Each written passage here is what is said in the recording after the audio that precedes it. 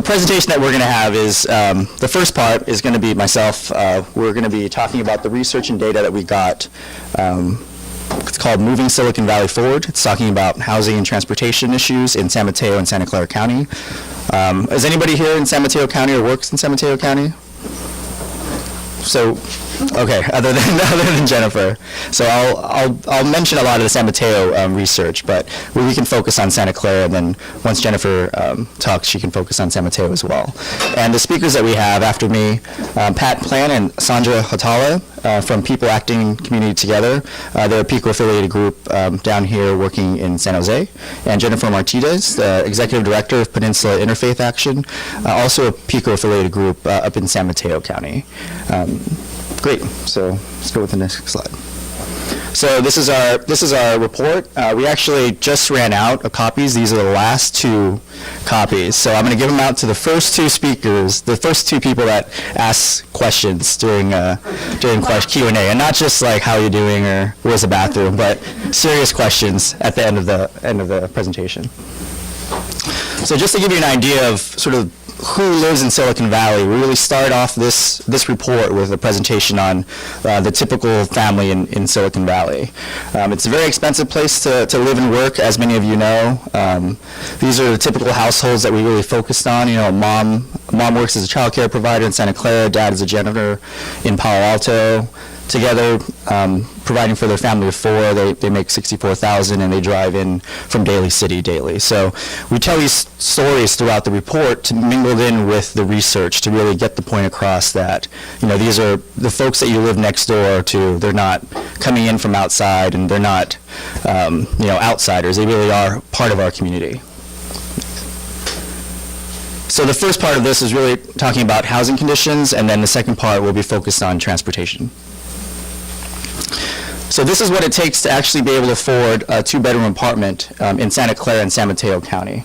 This first line is Santa Clara County. It takes an income of $69,000. In San Mateo County, it's $82,000. And these are the actual annual salaries for typical, I would say, you know, blue-collar jobs that exist in Santa Clara, San Mateo County, and sort of what that really means. This gap to get the affordability of being able to get a two-bedroom apartment, it's pretty significant. Santa Clara County is the green bar, blue is San Mateo County. So it's a little bit more expensive. You can make a little bit more money in San Mateo County, but you can see it costs a lot more for housing. But moving forward, also, this gap actually increases because of the increase of the number of jobs coming in. We have this research that we projected out the type of jobs coming in to San Mateo and Santa Clara County until 2018, and there's more jobs coming in that pay less than $25,000 a year, versus ones obviously that pay what it takes to actually be able to afford to live here. Over what period? Is this just in the moment, or is this over the next 10 years? This is now until 2018. Yeah, so that's the projected job growth between now and 2018. And that data is from the Employment Development Department, EDD, California. Next. And then in terms of actual rental burden, what it costs to actually be able to live here, we also split this data up for different race groups. And rental burden we described as paying more than 50% of your income, your monthly income on, in this case, rent. So African Americans and Latinos pay a significant more than other races, and then more so than the county overall. And then that's also true for home ownership as well. So paying more than 50% of your monthly income on mortgage. Also a similar situation. And so these are sort of our very high-level recommendations. They're not anything you haven't seen before. I mean, if you're already here, then you're sort of already talking about these issues. You're really finding ways to increase funding for affordable housing, looking at zoning for more housing near transit so folks can lower the overall cost of their housing and transportation monthly costs, and also incentivize communities to build affordable housing to be able to support low-income workers. When you say affordable housing, what is defined as affordable? Something like $2,000 a month for rent? I can go back to, can you go all the way back to, next one? Because usually when I hear that term affordable housing, I'm thinking that housing that's supposed to be for affordable people. So shouldn't it really be called unaffordable housing? It's kind of like a contradiction in terms in itself. Yeah. I can probably spend 3 hours talking about sort of how to define affordable, but it's really talking about this gap here. So this is how much it costs. This is how much it takes to be able to afford to live in San Mateo and Santa Clara County. And if you're a bank teller working at, or if you're working at any place in Santana Row, or you're a waiter or waitress, you might be surrounded by Silicon Valley wealth, but this is the gap that it takes to be able to afford to live here. So that's what we're talking about here, is figuring out how to figure out this gap. And then we have this as a PDF online too. So This is more personal. okay, you gonna Instagram me doing this? Following up on his question, is it affordable to a waitress or affordable to an EMT, or what do you define affordable? I think it's all of that. It's really being able to create affordable housing opportunities for the entire spectrum. Okay. So yeah, we're concerned about anyone that really cannot afford this gap right here. I've heard a number thrown out that you ideally should only pay 30% of your income to housing. Is that maybe what we're talking about here? Exactly. Yeah. So the graphs that show folks that pay more than 50%, that's a burden. I mean, you're not going to be able to afford. I'm sure you see all these pie graphs all the time of what you spend on a daily basis. Housing should be around 30%. Transportation probably around 10. Is anybody from Transform here? 10 to 15. Dwayne, do you know? Actually, it's usually closer to 20 to 22. But it is currently about Okay. 22%. Okay. I mean, housing and transportation is either half your budget. Okay. And then, everything else, paying for food and utilities and all that as well.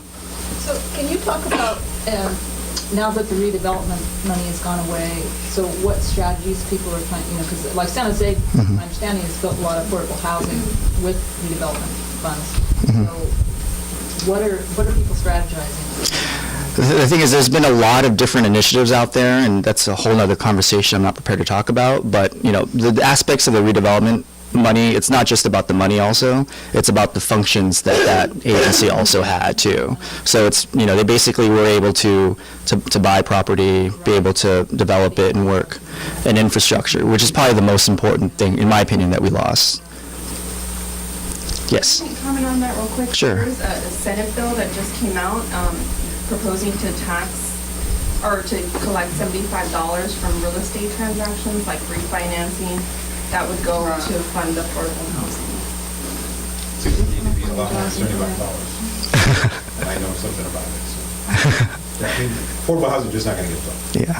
Until the state or the federal government decides they're going to fund it.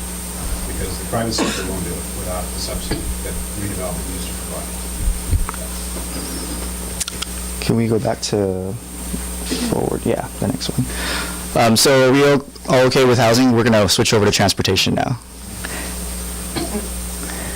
So this is the framework that Urban Habitat really has around transportation. I'm actually speaking on behalf of our land use and housing program. We have an entire staff that works on transportation justice as well. So they would get very upset if I didn't provide this frame about how we do our transportation work. So it's a two-part sort of frame. The first is all communities are equally benefited and no single community is disproportionately burdened by providing transportation. The second is really we want to increase access to opportunity, particularly for those communities that have historically been denied such opportunity. So really focusing on communities that may have missed the track on any sort of transportation benefits that have come over during this great time of wealth coming into Silicon Valley. Next. So these are the questions we really ask when we're looking at transportation issues. What are the benefits and burdens of the transportation investment and policy? By providing transportation funding to a particular project, which groups is it really helping? Who does it benefit and who actually hurts? Because sometimes when you do favor one sort of transportation system or policy, it really does harm and benefit certain communities. Are the benefits and burdens equally shared? Are the investments addressing or exacerbating past and current inequities? And who exactly is making these decisions? And the answer to the last one, I think, is we want to make sure that these decisions are being made by as close to the residents as well. Greg? On that last slide, you were talking mostly, it seems, in terms of which areas are being burdened, which are being served. Is that correct? That's the basic. I'd say people. I would say people first, and then as a result, certain areas. But definitely people first. Okay. So here, this is what it costs to actually to live in San Mateo, Santa Clara County, and what it costs for transportation.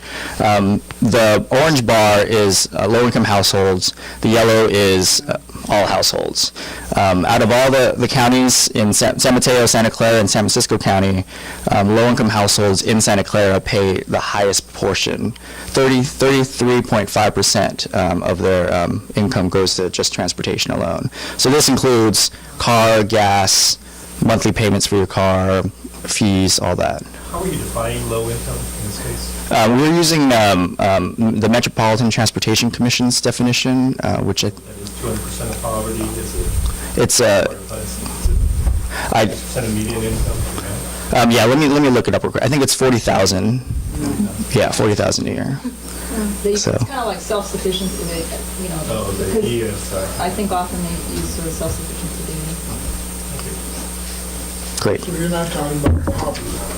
You're talking about more than the poverty level. Yeah. Poverty level is Yeah. about 20,000. Yeah.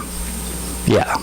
Exactly. It's interesting, but basically what you're saying is if you're 50% housing burden and you're 33% transportation burden, you're about 17% of your income left. Yeah. Exactly. Yeah. Next one. So this one's a little hard to explain, and I think I get a lot of questions from this one the most. And a lot of fun, heated arguments, just because of the methodology that we used. But so this is looking at, our main point here is how much it costs to build and operate bus versus trains, basically. So the two left bars are VTA and Samtrans bus. The three on the right are the trains that operate in and around San Mateo, Santa Clara County. So BART, Caltrain, and VTA Light Rail. The blue bar is the capital expenditure, so how much it costs to buy any of the trains or the buses and all the rail lines. And the green is how much it costs to operate. And this amount on top of the bar is how much we're actually paying as a subsidy for every individual rider per trip.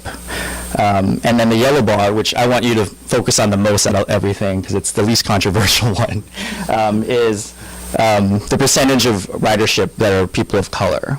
So you can see there's a really high number of people of color that actually ride buses. 77% Samtrans, 74% VTA.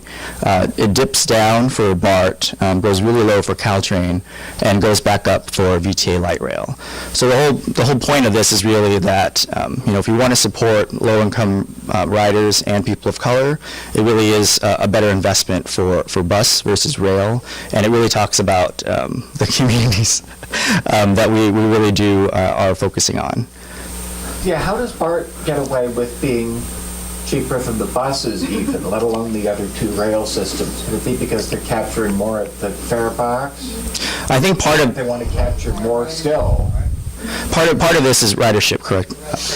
Part of it also is because of the time frame. I should also note the time frame that we actually took this data from MTC is 2001 to 2010. So really, included in this capital money is the expansion that occurred during that time. So there wasn't as much expansion in a BART. So the blue. There wasn't any on Caltrain. It's been there since the 19th century, the South Pacific. So the capital would also include any maintenance or train upgrades, or the baby bullet actually would probably be included in this. So this is actually I would say this is more of a snapshot in time rather than sort of overall. But just here to really note the ridership of color and who it is we're looking at. Yeah, I want to challenge your any comment there. If you look at, you need to dig a little deeper on VTA. if you separated out the various lines, you would find the capital line would be much better performance than what's shown there. And we, this county has taken 30 years to figure out that we need to take light rail to where people of color are, and that's the capital line. And it's still not halfway built, doesn't go over to eastwards, Evergreen. So it's more a question of where you run these routes than the actual performance. So I can understand how these numbers come up with the raw data, but it's about placement of routes in proximity to people of color as well as density. Exactly. I completely. Just one last point. The VTA operation here is very bus-driven. In fact, 50% of the daily bus ridership for VTA happens east of 880 and 101. So those are, the reason you have a VTA is because low-income people support the VTA, but not because they want to, but because they have no other choice. They have to. These are folks that don't own a car. They've got to take the bus to school, to work, to the doctor's appointment, and in some cases shopping. So I would encourage you to kind of break that out next time. Great, and I completely agree with you. I think the point of this in that particular case is really that, in speaking of the east side, I mean, we were more in support of a BRT line that actually runs along a very extensively used bus line like the 22 to Eastridge versus an extension of rail down to Eastridge, for example. But when BTA is still talking about running light rail to Los Gatos, then I have an issue. The data for that is astronomical. Yeah. But keep in mind, I think that at the same time, while maybe some of these trains are going out, the buses are going out to people of color, but people of color are having a great deal of difficulty paying for it because it's $70 a month to buy a monthly pass, and for a lot of people, that's a significant amount of their income, as you've said already. So it's a sort of a double-edged sword there. Exactly. If you have a fixed income and it's very low, then $75 is a lot of money. Correct. I know what you're working on trying to achieve with this slide, but I always wish there was also a bar that would show how much money is spent on our roads driving, so that people, because when we always say, how expensive transit is, and yet, you know what that bar would look like in terms of what we spend money on. So I wish that was included along, because I don't think the public, just assumes that all that's free somehow. Yeah, that'd be great. I think we have data on that. We just didn't include it in this report. Yeah. It's great data. Thanks. Next. So these are recommendations. Create local and regional incentives, programs for transit-oriented development, establishing regional and local anti-displacement policies. I didn't really get to talk much about displacement and gentrification, but Jennifer will be introducing that topic in a little bit. Ensure fairness in local transit investments, so all communities, regardless of race, income, and immigration status, have the same mobility and access to opportunity. And increase funding for transit operations at all levels, especially for local bus service. Good morning. Almost afternoon. My name is Jennifer Martinez. I'm the Executive Director of Peninsula Interfaith Action. We are a community organizing network of congregations and community groups throughout San Mateo County and extending even down into the northern part of Santa Clara County. So I live and organize in Mountain View all the way up to Daly City. So what I wanted to talk to you about today, I hear already in the room that there's a lot of transit and transportation experts, and I'm not one of them. So I'm not here to talk about transportation as an expertise or anything, but really what I wanted to do is to connect how displacement and the issues around creating affordable housing, as has already been mentioned here today, are challenging low-income communities, and how that and we could extrapolate how that's also connected to transit, which I'll try to do towards the end of my talk. But feel free to interrupt me. You're a lively crowd, so feel free to do that. So what I wanted to do was give a little example, tell a story of a community that we are organizing in, which you might be familiar with, East Palo Alto. And it's not in Santa Clara County, so apologies for the bias of San Mateo County, but I think it can perhaps be useful to us in thinking about other communities that may be facing a similar circumstance. So you may have heard of a little company called Facebook. Anyone heard of Facebook? Okay. So a little over a year ago, Facebook decided, it announced that it was going to be moving its campus to Eastern Menlo Park, which sits right alongside the Dumbarton Bridge. I don't know if you guys are all familiar with that. If you come off of Dumbarton, you see that big building on the side. And at the same time, they announced that they were going to be bringing almost 10,000 new employees to that site. They were going to basically triple the number of employees that used to be housed there under Sun Microsystems, and they were going to be expanding the campus to reach both sides of 84.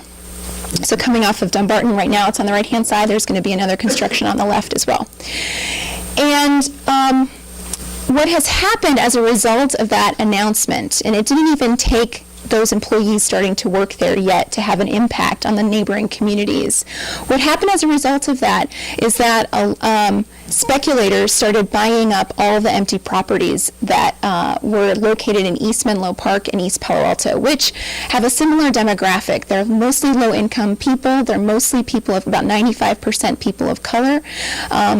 A Facebook employee makes 3 times the average income of a person in East Palo Alto or East Menlo Park. And what unfortunately happened as well a couple years before Facebook announced its move is that we had a foreclosure crisis, right? So 4,000 homes were foreclosed on in East Palo Alto in a period of about 4 years. So there was a lot of empty homes in that community that are now being held by real estate speculators, largely empty. Sometimes being rented out for short period of times, but there is a hope that when Facebook employees fill up those spots that they're going to be able to buy those homes for much more than they used to be valued. Right now the average home sells for about $265,000 in East Palo Alto. Can you imagine $265,000 anywhere on the peninsula?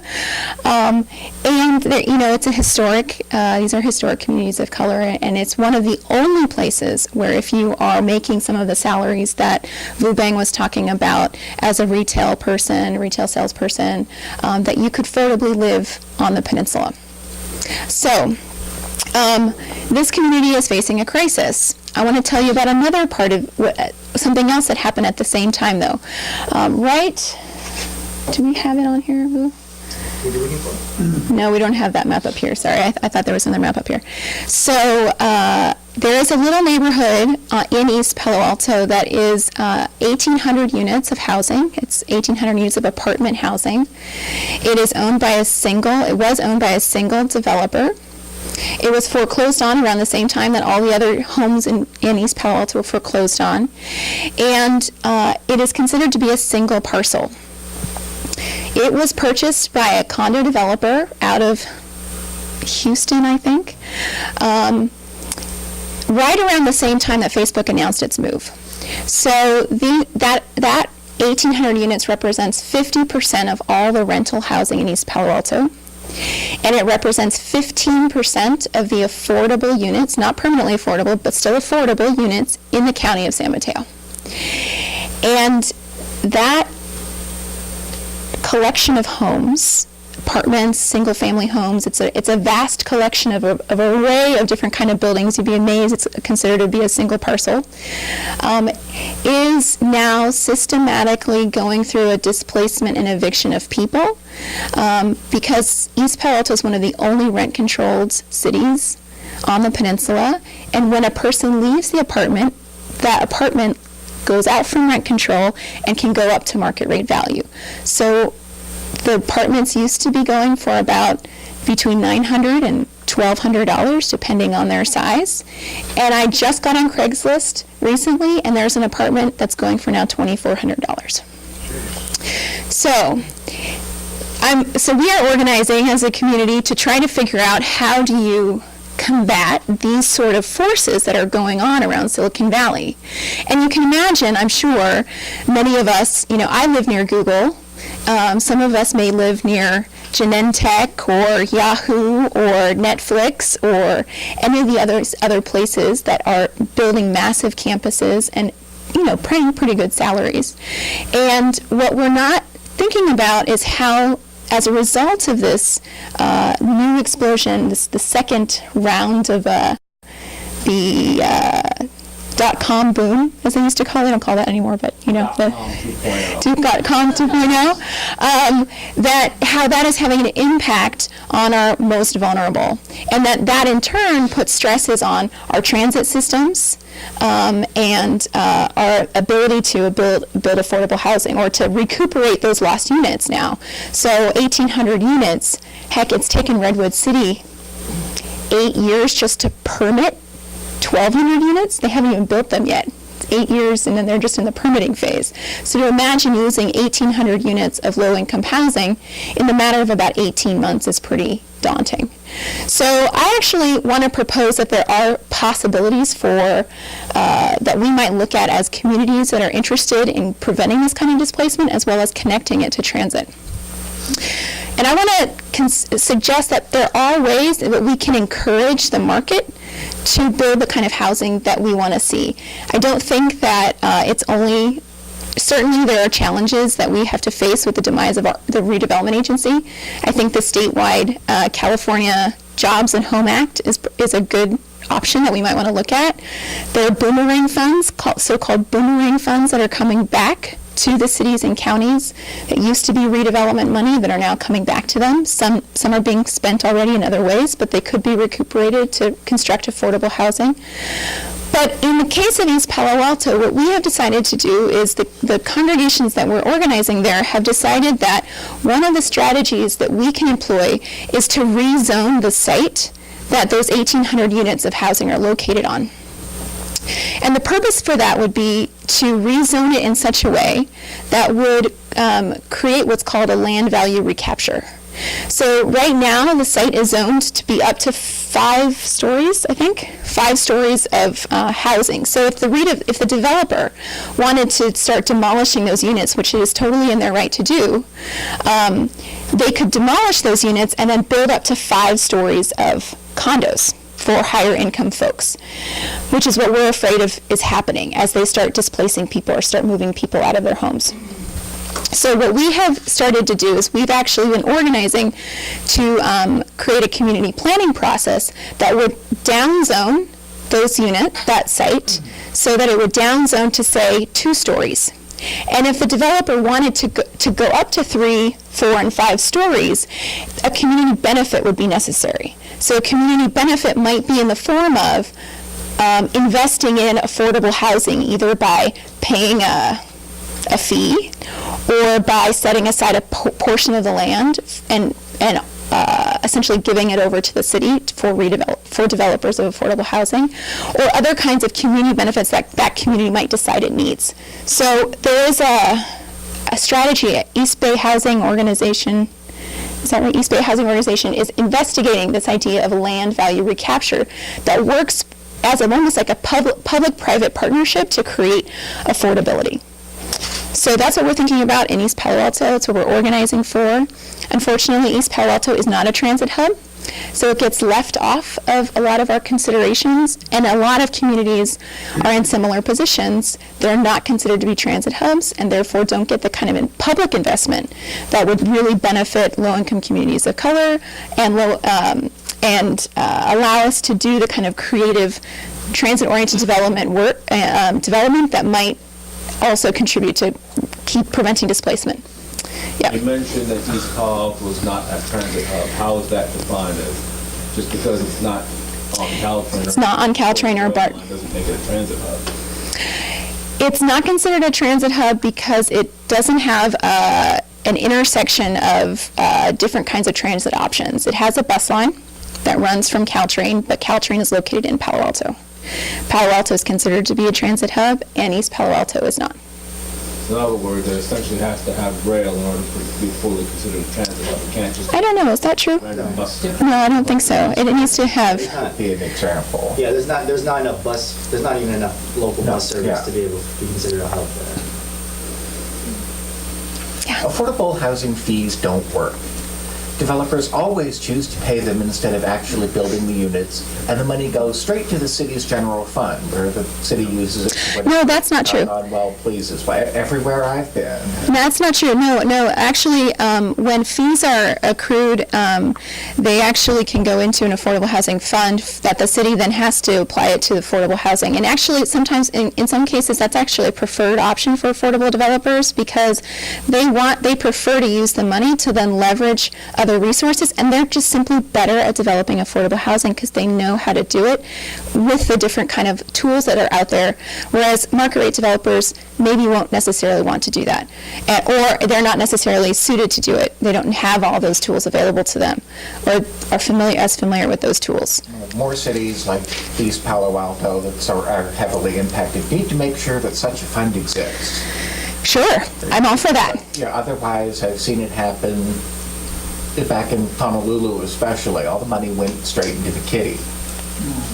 Maybe different cities have different things, but generally around here, they have a specific set-aside fund if they accrue fees at all.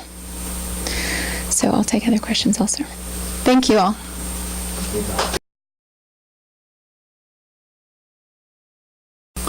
So every time I'm back in San Jose, I love to talk about this project. I'm born and raised in San Jose, and our family's actually had a booth at the Bay Area Flea Market for 10 years. And when I first started Urban Habitat, this is one of the issues I was bringing up constantly until they actually funded a report that we did in conjunction with UC Berkeley to really look at what, I'm sure all of you are familiar with the Bay Area Flea Market. I'm sorry, I'm just assuming you guys are. But right now, there's a plan to actually create a BART station there. And part of that is also the city's doing an urban village plan, which we have a representative here to talk about as well in the Q&A section. But we, as Urban Habitat, we're looking at a lot of social justice issues. And one of the first things that we looked at was really what the impact would be on the Bay Area community if when BART comes in, and what exactly is going to happen to the flea market, the workers, and the people that actually attended the market. And the research we did, a lot of customer surveys and merchant surveys, and found out that the market actually provides goods and services. It's sort of transferred towards a very small market that really tailored towards low-income people, away from, all the eBays and Craigslist and all of that really sort of changed the dynamics of the market over the past 20 years. And now it's a vital source of good services and fresh food for low-income people in the area.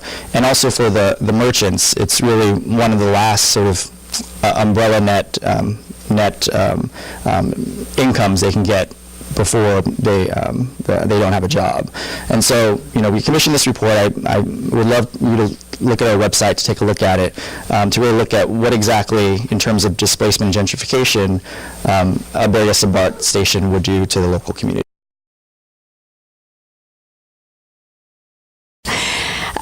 Pat and I are here to talk about people acting in community together, which is a grassroots, faith-based organizing model down here in Santa Clara County, and I put some flyers out and back for you to take a look at.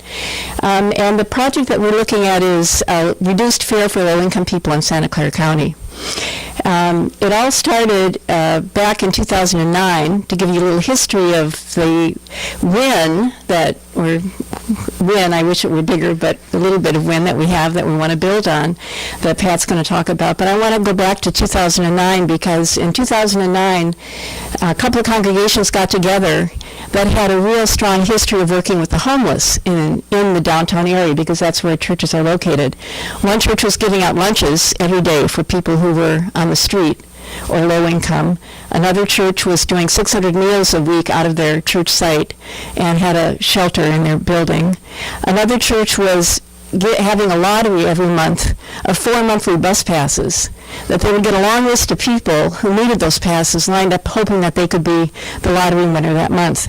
The congregation was collecting money every Sunday to go and purchase those at full price from VTA. So we all got together. We heard the concept of community organizing, which we were introduced. We had a long history as faith-based people of trying to help the community but we were doing it in the form of compassionate giving, and we wanted to move into what about justice and what about creating social justice so that we can actually impact a change in the lives of people rather than giving them a handout to help them. So the churches came together. This is in 2009.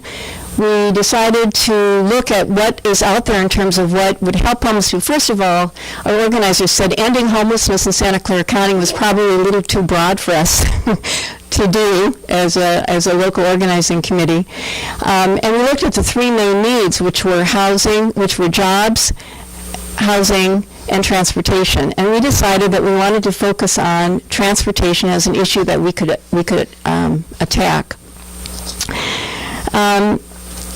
One of the things, I think in terms of our talk, in terms of using a community organizing model, is how long it takes. This was in 2009 or 2013, and we've been meeting twice a month and many more times a month, ever since 2009, to have what win that we have today. So it's a very long process.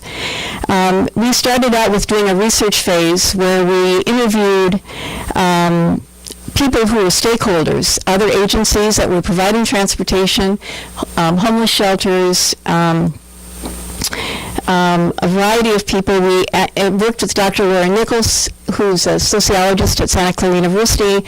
Once we picked on transportation, we decided we need to go and interview people who were having transportation problems, who were on the street, to find out what was their transportation issue that was bothersome for them. Why was it so important? Was it because there weren't enough, buses running when they needed it? What exactly were the issue? Could they not get to where they wanted to go? One of the questions that was really key was when we asked the question, was transportation ever a time when it wasn't a problem for you? And the answer we got back was yes, when I had a monthly bus pass. And those monthly bus passes came because they were part of an uplift program which VTA gave out to 1,800. They gave 1,800 uplift passes per month to people who were homeless.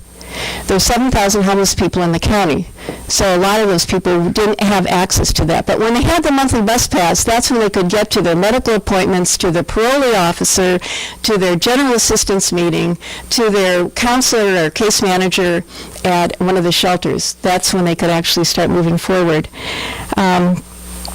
So at that point, after doing a lot of interviewing, we decided that the best thing would be to get everybody together that we knew was really concerned about transportation, and specifically for homeless people. Some of the people I see out here were people who attended our World Cafe. This was in December 1st of 2010, when we had a World Cafe, a meeting of the minds of everybody who's really passionately concerned about this. We figured some people out there who've been working with this issue for years would have good ideas. And we brainstormed, we spent a half a day brainstorming, and we came up with a number of ideas, everything from more bicycles to more uplift passes to free transportation for all. We had great ideas. So at that point, I'm going to turn it over to Pat, who can kind of say where did we go from there to actually trying to get some kind of change made. No, go on. Okay. Thank you.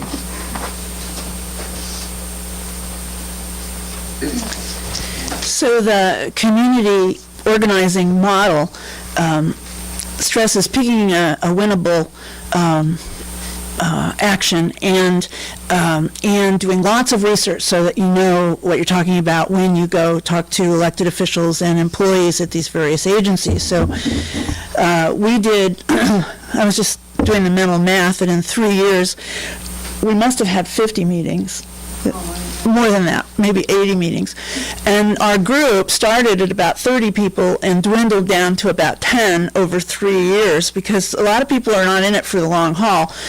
It was interesting to me in the plenary session when it was brought up, how can an individual have an effect? Well, an individual in a community organizing situation can have a lot of success, but it's long, it's hard, and it's long, and it takes a lot of stick-to-itiveness. So at any rate, we had many research meetings, and would continually say that the reason we were in this was because in our downtown churches, all these people were coming to us asking for bus passes or asking for help to get bus passes, or just $2 for a one ride somewhere so that they could even get to a hospital to get medical care.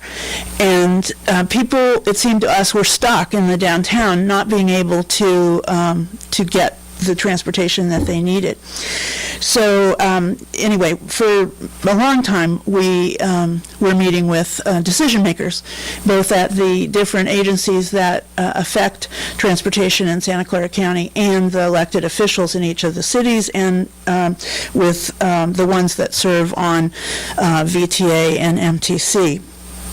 We made many, many testimonies, appeared at meetings, and we were very organized and were coached very well by our leadership in PACT, which has a long history of success in dealing with community equity issues for people in need.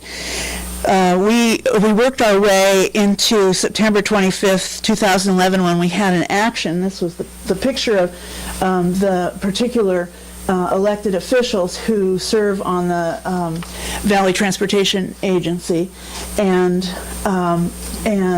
this is one of our pastors asking a pointed question to them, and you can see here Sam Liccardo, who you'll see later, agreeing. We asked each of the elected officials that were invited to this event to stand with us to create some kind of low-income transportation for the poorest people in our county, and to rectify some of the problems that existed. And we got these people, plus some more, were very supportive. And Ash Calvert, for instance, that spoke this morning, is another one who really was supportive of us in the fact that what transportation is a community service paid for by tax dollars, right? So it should benefit all residents, not just upper middle class residents, but the poorest residents as well.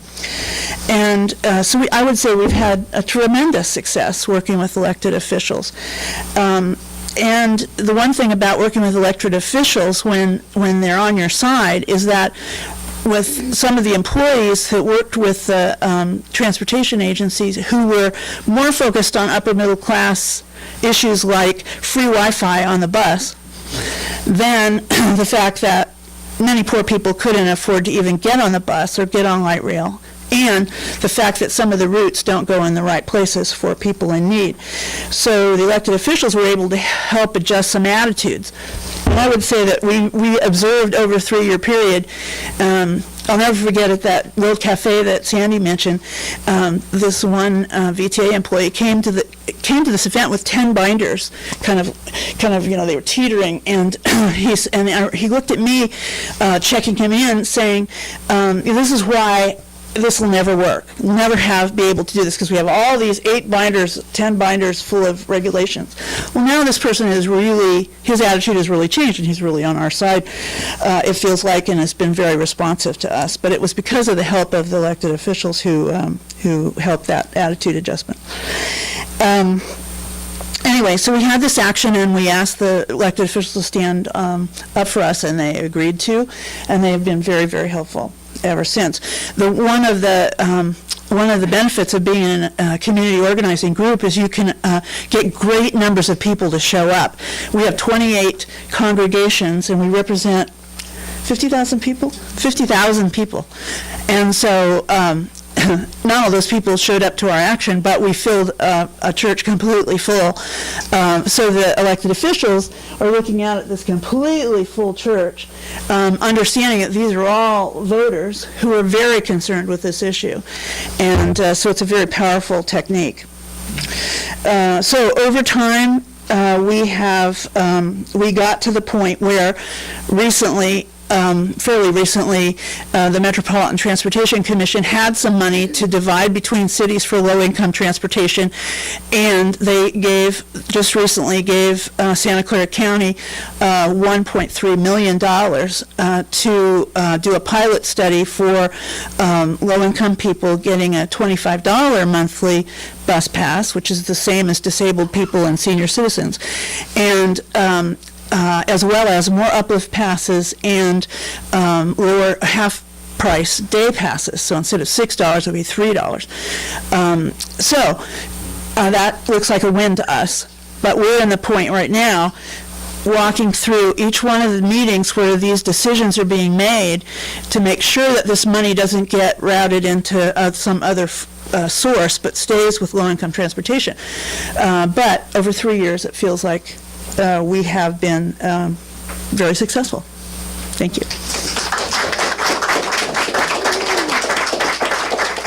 I just want to add one quick thing to Pat's statement. Our goal in the pilot study, it's a very limited pilot study for 2 years. Our big job over the next 3 years is to make sure that when that ends, that it's going to be expanded, because we're not just looking at homeless people, we're looking at a low-income pass for people who are at 200% of poverty. So if you're on food stamps, if you live in San Francisco, if you live on food stamps, you get a half-price monthly bus pass. And for all the low-income people that are trying to live and survive, that are living with all this big gap in housing, any savings on transportation is going to improve the quality of their life. And so what we want in Santa Clara County is a half-price fare for anyone who's on food stamps. And that's the goal, and that's where we have to come up with long-term, funding. We're going to be working with Urban Habitat, with other people to find that, so that this pilot can be expanded and extended. So I just wanted to add that. In fact, here's one more group that I represent that you can work with. I'm Eugene Bradley. I founded the Silicon Valley Transit Users, which Ron Gonzalez formerly used to know as the Santa Clara VTA Riders. Yes, Ron, I've evolved. By the way, one of the things that you might want to note was that a few years ago, back in 2010, VTA had planned to make several rounds of service cuts. Oh, yes. The group worked with Dave Cortez, and he agreed that basically some of these service cuts shouldn't be made, because what this does is this creates basically a second tier of citizenry where one group has access to things and the other doesn't, because they don't have proper transit services. Right. Well, we will definitely get involved here. I want to just say one other thing around the social equity issue, that at the same time we were looking, that the VTA was asked to do a study, and they came up with recommendations about what they thought they could afford. The VTA was looking at the EcoPass system. You know who gets EcoPasses, right? Big companies, you get a free yearly pass. The company gets a tax break. If you're an employee at Google, you get a free monthly yearly pass. That was supposed to be income neutral when they designed it. They were supposed to be revenue neutral. Over the last many years it's been in place, it's not even making 50% of what they originally cut. In other words, we are subsidizing the EcoPass. EcoPass also serves students, and it also serves residential housing. So there are parts of it that are really helping. But that's the whole idea of, if we can subsidize, if we're subsidizing people, why can't we subsidize people who are at food stamp level, at $24,000 a year? So this is the link to the report, and we'll just have Q&A now, so have any questions still? I have a question, Terry. So the 1.3, was that for just the study or the actual bus passes to be distributed? Well, It's for the study. It's a study, but it includes so many bus passes a month. So they're going to be studying, they're going to be actually surveying people. They're going to be looking at, the goal is to get increased ridership. And also, we're also hoping to capture a little bit of the social metrics that come up with like if you can get your medical clinic or your medical appointment, or if you can get your kid to the doctor, that there's going to be a social benefit that's also a tax savings. It's like getting people housed versus living on the street. It costs a lot more money for us to keep people on the street than to actually keep them housed. Do you know how many bus passes? Pat just went to the meeting, I'm forgetting. They're still working on that. I think we actually know the number. It's 1,000. I think it's 1,000 a month, but it's going to be done not through a county program, which is wonderful. It's going to be done through the emergency resource centers, so that people who are perhaps don't qualify for food stamps would be able to also have access, which is another thing we wanted, because if you look at who uses food stamps, it's people who are documented, who don't have any background, felony background that would whatever. We wanted to expand it as broad as we could, so, but we wanted to continue after 2 years. I wanted to go back to the urban habitat. You had some suggestions on how to improve the system. I don't know if that slide can be put back up. Yeah. But what I saw missing was no indication there of trying to influence federal policy. The last point gets close, but the reality is that all this stuff starts in DC. And for decades, the preference inside the Beltway was for roads and asphalt. Now, you don't have to be a rocket scientist to figure out why that is, because they're oil-based products, and the oil industry is very powerful in Washington, D.C. And in fact, the evaluation criteria for new rail starts is very much prejudiced against rail starts, because one of the criteria is the cost, what they call cost per new rider. Yet when you look at funding